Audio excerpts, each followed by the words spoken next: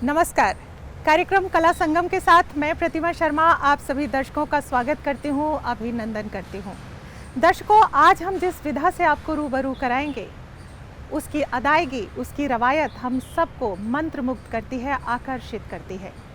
आज़ादी का जश्न हो या फिर खुशियों का पैगाम हो, भारतीय शास्त्रीय संगीत हो या लोक रंग का जादू, अपने सुरों की मिठास से वो हम सब के दिलों में रस घोल देती है।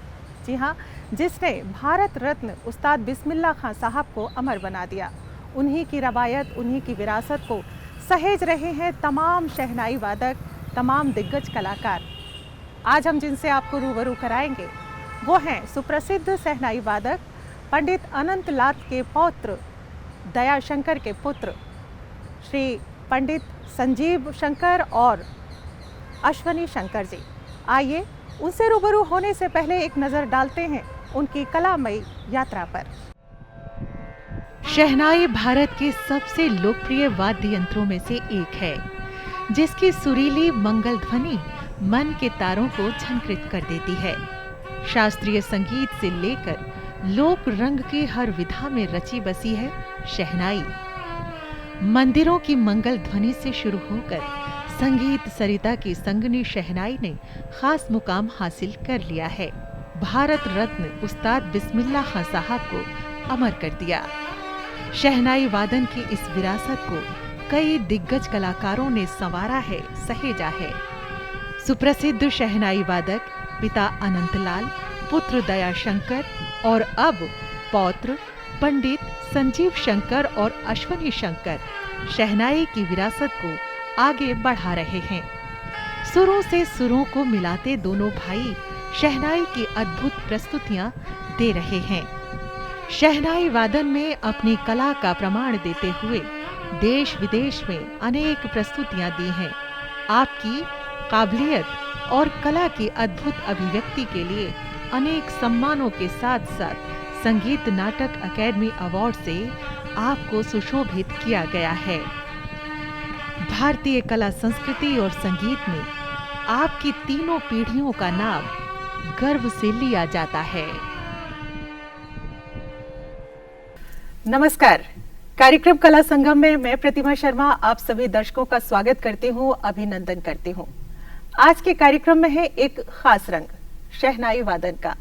जी हाँ, भारतीय शास्त्रीय संगीत हो या लोक रंग हो, कला संस्कृति की फिजाओं में जब शहनाई के स्वर गूंजते हैं तो बनारस की मिट्टी की सूंधी सूंधी खुशबू हम सब के मन में, हृदय में घुलने लगती है। इसी शहनाई ने अमर कर दिया भारत रत्न उस्ताद बिस्मिल्लाह खां साहब को। उनकी इस रवायत को, विरासत को सहेज रहे हैं तमाम शहनाई वादक कलाकार। आज हमारे साथ ऐसे ही कलाकार हैं जिन्होंने शहनाई वादन को एक खास ऊंचाइयों तक पहुंचाया है। आइए मैं उनसे आपका तारुफ कराती हूँ। हमारे साथ हैं पंडित संजीव शंकर जी। नमस्कार। पंडित अश्वनी शंकर जी। नमस्कार। और इसी घराने से ताल्लुक रखते हैं पंडित आनंद शंकर जी, जो तबले पर संगत करेंगे। आइए आज इनसे रूबरू होकर शहनाई वादन पर विस्तार से बातचीत करते हैं। अश्वनी जी, जैसे कि शहनाई का नाम आता है तो सबसे पहले वही मंगल ध्वनि हम सबके जहन में आती है। कोई भी मांगलिक कार्य हो, शहनाई का जो प्रचलन है वो सदियों से चला आ रहा है। तो क्यों ना कार्यक्रम की शुरुआत मंगल ध्वनि से हो जाए।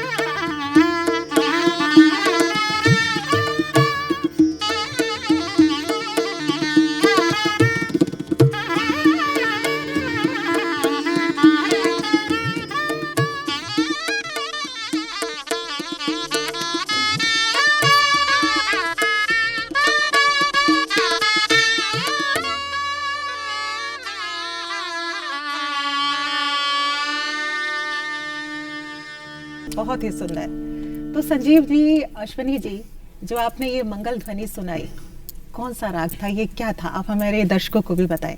ये राग एक ऐसा राग है जो कि शहनाई वादक जितने भी हैं उन लोग का प्रिय राग में से एक है, क्योंकि शहनाई पे ये राग बहुत खूबसूरत सुनाई देता है। जी, जी। इस राग का नाम है राग शुद्ध सारंग, और जिस अंग से हमने बजाया ये जो क्लासिकल अंग में जो ख्याल अंग जो है, तो ये उसमें हमने पेश किया। और शहनाई में तो मतलब तरह तरह के अंग बजते हैं। जी, जी। इसमें देसी संगीत भी है और उपशास्त्रीय भी है, लोक रंग भी है, फोक म्यूजिक भी बजता है इसके अंदर। तो जैसे कि शहनाई का नाम आता है तो हमारे दर्शक शहनाई को देखना भी चाहेंगे। जो इसकी रचना है, जो इसके जो भी इसमें प्रयोग होता है, इसके बनाने में बड़ी शिद्दत से उसको संभाला जाता है, लाया जाता है। तो थोड़ा सा हमें इसके बारे में बताएं, इसको दिखाएं भी हमारे दर्शकों को। जी बिल्कुल। ये शहनाई जो है, सबसे पहले तो मैं इसका नाम बताऊं आपको। जी, जी। कि शहनाई जो है ये दो शब्दों को मिला के बनता है। पहला है शाह और नाई, और ये दोनों शब्द जो हैं ये फारसी के हैं, पर्शियन। अच्छा। तो शाह नाई जो है, शाह का मतलब होता है किंग, राजा, और नई का मतलब होता है पर्शियन में फ्लूट। तो किंग ऑफ फ्लूट का इसको दर्जा दिया गया है। और सिर्फ ये हिंदुस्तान में नहीं है, पूरी दुनिया में जो है शहनाई की जैसे ही जो इंस्ट्रूमेंट है उनको मंगल वाद्य के रूप में जो है उनको देखा जाता है। चाहे हिंदुस्तान में शहनाई हो, हम साउथ इंडिया में जाएंगे तो वहाँ पर नादस्वरम हो जाता है, नादस्वरम होता है। अगर हम अफगानिस्तान की तरफ, ईरान की तरफ जाते हैं, वहाँ पर जुरना हो जाता है, उसके बाद सुरना हो जाता है। हमारे कश्मीर में सुरनाई करके है। अच्छा। ऐसे ही करते करते अगर आप इजिप्ट में जाएंगे तो वहाँ पर मिज़मार करके है, ऐसे ही इंस्ट्रूमेंट। और अगर आप फ्रांस में जाते हैं वहाँ बुंगबाक करके है। ऐसे ही पूरा यूरोप में और इंग्लैंड में जो है वो बैक पाइप जो है, हालांकि वो इससे अलग होता है क्योंकि उसमें रीड नहीं होता। अच्छा। तो पर आपको मोटा मोटा हर जगह यही दिखाई देगा। और शहनाई की खास बात यह है कि शहनाई ने अपना जो उसका ये बनावट है, लगभग सामवेद के समय से जो है ये ऐसा ही है। तो ये पत्रिका जो है ये बहुत खास तरह की एक पानी में उगने वाली घास है, उसको बोलते हैं नरकट।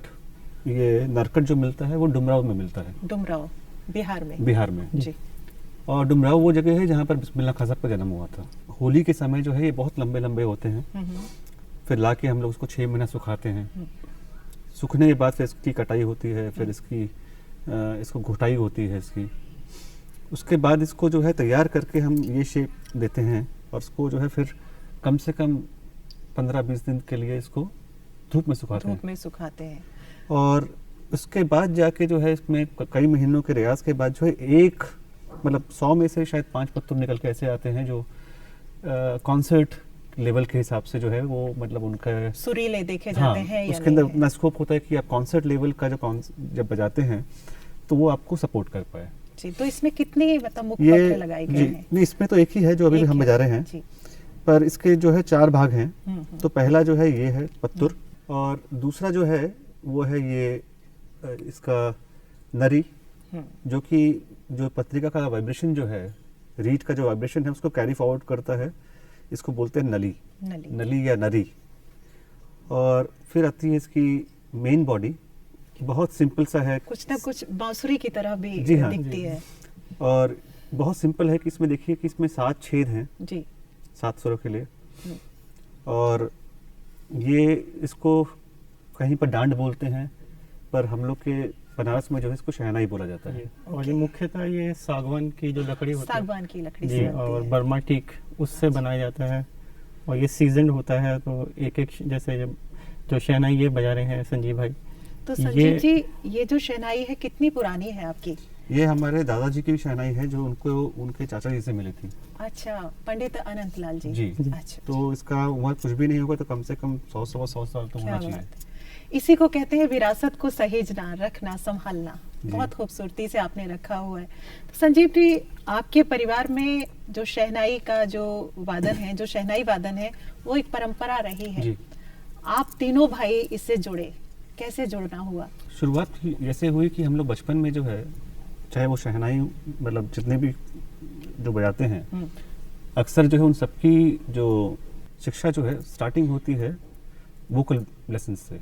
अच्छा। कि आप अच्छा गा पाएंगे तो आपको मालूम है कि शहनाई क्योंकि इतना सिंपल इंस्ट्रूमेंट है, तो उसके अंदर वो आत्मा डालने के लिए अगर आपको मालूम है कि इनकी गाने में क्या जा रहा है एफर्ट, तो फिर वो इजीली निकल के आता है इसमें। तो हम लोगों ने शुरुआत में गाना सीखा, पर मेरी बड़ी इच्छा थी कि मैं सितारा बजाऊं। अच्छा। और भाई की बहुत इच्छा थी कि वो गिटार बजाएं। अच्छा। और आनंद भाई की बहुत इच्छा थी कि वो वायलिन बजाएं। अच्छा। कुछ ऐसा समय ने अपना जादू दिखाया कि हम लोग, मैं और रोशनी भाई जो हैं, कहीं ना कहीं आपके परिवार में आपके पिताजी दादाजी जी शहनाई वादन से जुड़े रहे, जी हाँ। तो उनका भी आपके ऊपर असर रहा होगा बिल्कुल, कि भाई बिल्कुल। ये सीखनी है जी आपको, हाँ। इसको आगे बढ़ाना है। जी हाँ। तो आपने जो गायकी का अंग था वो किससे सीखा? तो गायकी का अंग जो है हमारे पिताजी हम्म, पंडित देवशंकर जी हम्म। और हमारे दादाजी पंडित अनंतलाल जी, हम्म, उनके पास हम लोगों ने सीखा। अच्छा। और उस समय जो है हमारे घर पे हमारे दादाजी के गुरुजी पंडित महादेव प्रसाद मिश्रा जी भी आते थे। अच्छा। तो कभी कभी उनके साथ भी हम लोग बैठते थे वहाँ पर, तो सिर्फ बैठते थे, सीखते नहीं थे, पर वो गाते थे तो हम लोग वहाँ बैठे रहते थे। तो काफ़ी एक इन्फ्लुएंस जो है वहाँ से भी मिला। हम्म, तो और गाना तो मतलब आदमी वैसे भी कोई भी हो, चलते फिरते उठते बैठते गाना तो गाते ही है। गाते हैं। तो पर एक शिक्षा मिली घर से, घर से मिले। तो उससे जो है एक अलग अंदाज में शहनाई का हम लोगों ने कोशिश किया। पंडित रविशंकर जी से भी आपका मिलना हुआ, आपके गुरु हैं, जी। तो उनसे जो मिलना हुआ वो कैसे मिलना हुआ, कैसी उनकी यादों को आपने संजोया हुआ है? बहुत बड़ी हस्ती हैं वो, जी जी। तो क्या कैसे यादों को उनकी साझा करेंगे आप? पंडित रविशंकर जी गुरुजी जो थे वो हमारे पिताजी के भी गुरुजी हैं। अच्छा। और बचपन से ही हम लोग, मैं और संजीव भाई जो है, वो शुरू से ही हम लोग का सितार का जो एक शैली है, वादन की शैली जो है, उसके प्रति हमारा बड़ा रुझान था। और हम लोग अक्सर उनकी कैसेट सुन के वो कॉपी करने की कोशिश करते थे कि वो स्टाइल जो है वो शहनाई में आए, क्योंकि शहनाई का मुख्यतः जो दादाजी और पिताजी का दादाजी का जो स्टाइल था वो गायकी का स्टाइल था। अच्छा।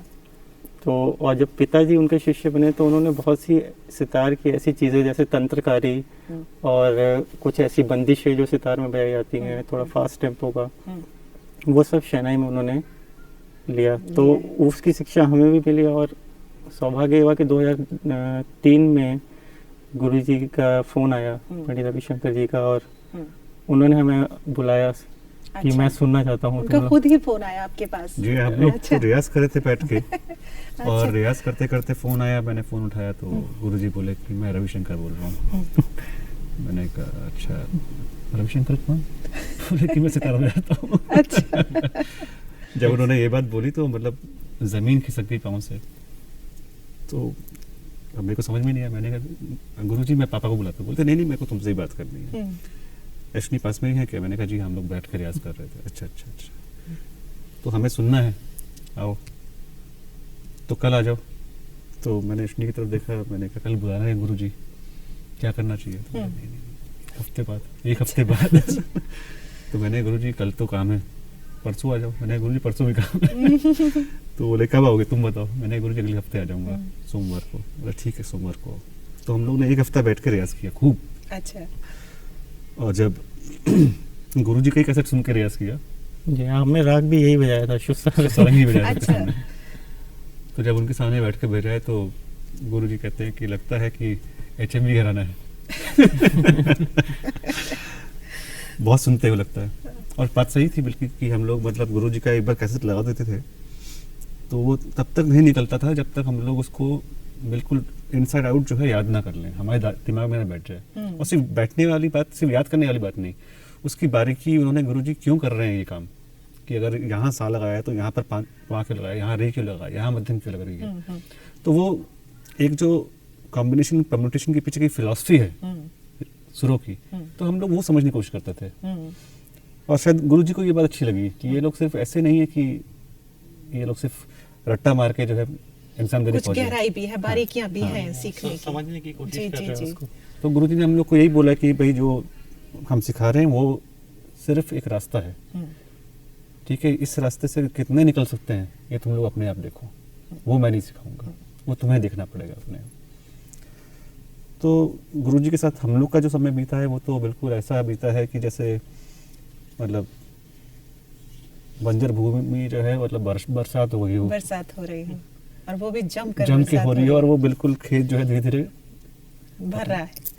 तो ये चीज़ हम लोग भगवान से मतलब बहुत ही शुक्रगुजार हैं कि उन्होंने हमें ना सिर्फ गुरु जी बल्कि हमारे पिताजी, हमारे दादाजी, ऐसे ऐसे महान हस्तियों का जो है सानिध्य दिया, उनका साथ दिया, उनका हमारे जो भी हम हैं आज, उनका योगदान इतना बड़ा है कि उस योगदान के बगैर तो हम लोग शायद क्या होते हैं, हम कुछ बोल नहीं सकते। बिल्कुल। और अश्विनी जी, शंकर जी, आप भाइयों का बड़ा नाम है, अब देश विदेशों में भी काफ़ी प्रस्तुतियां आप दे रहे हैं आजकल। तो जो गुरु जी से आपने सीखा, कोई रंग सुनाना चाहेंगे हमारे दर्शकों को?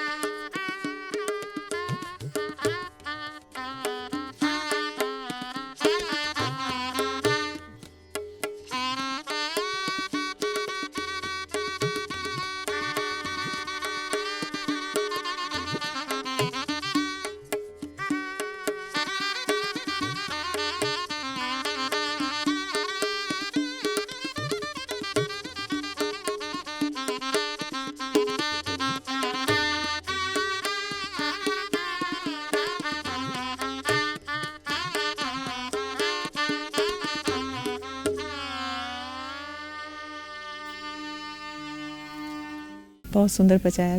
राग जोगेश्वरी। अच्छा, राग जोगेश्वरी। तो ये उनके जो कुछ बहुत खास राग हैं जो कि बहुत प्रसिद्ध हुए, जिनको अलग अलग घरानों में गाया जाता है। तो उनमें से राग ऐसा ये है, जैसे एक नटभैरव भी उनका बनाया हुआ राग, और वो चाहे कोई भी घराना हो, सिर्फ ऐसा नहीं कि सिर्फ मैहर घराना वाला ही गाएंगे नटभैरव। मैहर घराना हो, जयपुर हो, चाहे भिंडी बाजार हो, चाहे बनारस घराना हो, लखनऊ घराना हो, जयपुर हो, सब लोग नटभैरव गाते हैं, सब लोग जोगेश्वरी भी गाते हैं, ऐसे जोग कौस भी सब लोग गाते हैं। और काफ़ी उनके ऐसे राग हैं जो कि हर घरानों में प्रसिद्ध हुआ है। जी। तो अपनी जो बचपन की यादें हैं, आपका जन्म, आपके माता पिता, आपके जो साथी संगी, उनकी यादें तो आपके साथ होंगी। बिल्कुल। बनारस में जन्म जो है हमारे भाई आनंद जी का हुआ। आनंद जी का। और अश्विनी भाई का जो है वो हुआ दिल्ली में। अच्छा। और मेरा जन्म हुआ काबुल में। काबुल में? अफगानिस्तान में। अच्छा अच्छा अच्छा। तो मैं 6 महीना 7 महीने का था तब इंडिया आ गए थे, दिल्ली आ गए थे। पर एक हम लोग का जो है मतलब एक फैमिली जो था, मतलब बहुत ही क्लोजली नेट फैमिली था। और हम लोग जॉइंट फैमिली में रहते थे। लेकिन मैं एक चीज और पूछना चाहूंगी, हमारे दर्शकों को बहुत जिज्ञासा हो रही होगी, आप बड़े हैं, जी। अश्विनी जी आपसे कितने छोटे हैं? हमारे बीच में जो है वो 4 साल का फर्क 4 है। साल का अंतर। और आनंद जी? उनके साथ मेरा 2 साल का फर्क है, तो हम सब में 2-2 साल का गैप है। और तीनों भाई संगीत से जुड़ गए, शहनाई से जुड़े, आप तबले से जुड़े। तो जैसा कि इन्होंने पहले बताया कि अलग अलग विधाएं जो थी उनमें आप लोग जाना चाहते थे, तो फिर कैसे ये रुझान इस तरफ जुड़ा आपका? मतलब काफ़ी हद तक श्रेय जो है वो गुरुजी को जाता है, पंडित रविशंकर जी को। अच्छा। क्योंकि जब मेरी कुछ 7 साल की उम्र थी, 7 या 8 साल की उम्र थी, तो गुरुजी ने के पास मैं गया एक दिन ऐसे ही, तो बोले क्या करते हो बेटा? मैंने कहा गुरुजी सितार बजाता हूँ। तो उन्होंने कहा कि किससे सीख रहे हो? तो मैंने बताया इनसे सीख रहा हूँ। बोले कि नहीं, सितार सीखना है तो मेरे पास आओ। तो मैं बड़ा खुश हो गया कि भाई फाइनली गुरुजी अपने आप से बोल रहे हैं कि मेरे पास सीखो। ठीक है गुरुजी। तो गुरुजी ने बोला एक शर्त है कि तुम्हें रहना मेरे साथ पड़ेगा। लोक रंग का जो जादू है शहनाई का, वो तो सर चढ़कर बोलता है। कोई लोक रंग का हमें सुनाए, बिल्कुल, जैसे कि सुनने वाले भी सराबोर हो जाए। हमारे दादा गुरु पंडित महादेव प्रसाद मिश्रा जी की लिखी हुई है कि डगर बिच कैसे चलूं मोहे रोके कन्हैया बेपी। डगर बिच कैसे चलूं मोहे रोके कन्हैया बेपी। डगर बिच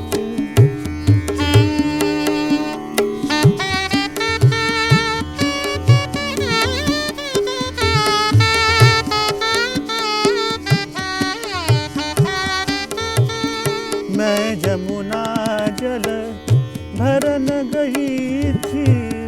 मैं जमुना जल भरन गई थी। बिचवा में थारे कन्हैया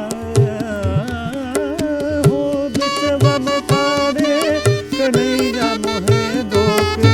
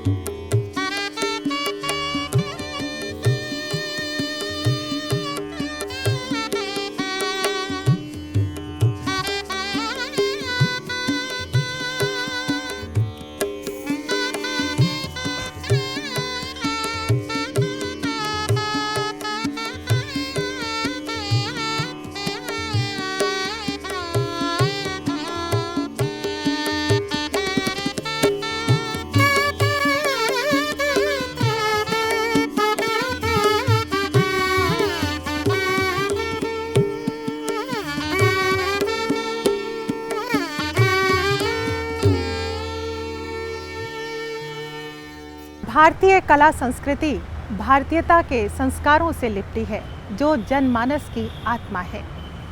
किसी भी कलाकार को सुनना, समझना और उसको सराहना हम सब के लिए बेहद गर्व की बात होती है। कार्यक्रम कला संगम के अगले अंक में एक और कलात्मक रंग के साथ हाजिर होंगे। तब तक के लिए मुझे और कला संगम की पूरी टीम को दीजिए इजाज़त। फिर होगी मुलाकात। नमस्कार।